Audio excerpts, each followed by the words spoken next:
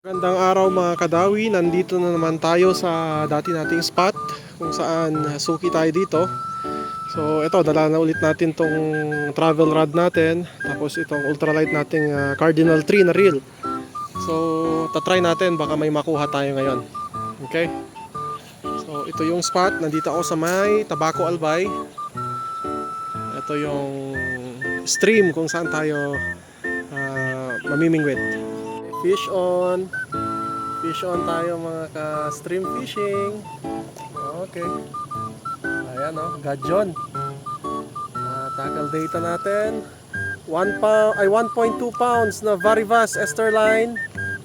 Tapos ang ano natin, ayan o.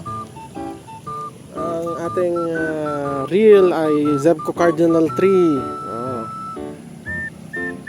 Ayan. Naka Ester, yan. Okay, release na natin. Release na natin siya. Okay.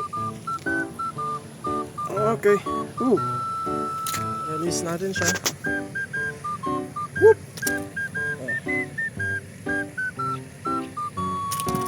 Oh, puta. Oops. Op. Release.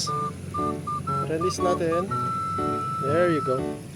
Hanggang sa muli, sana laging merong dumawi.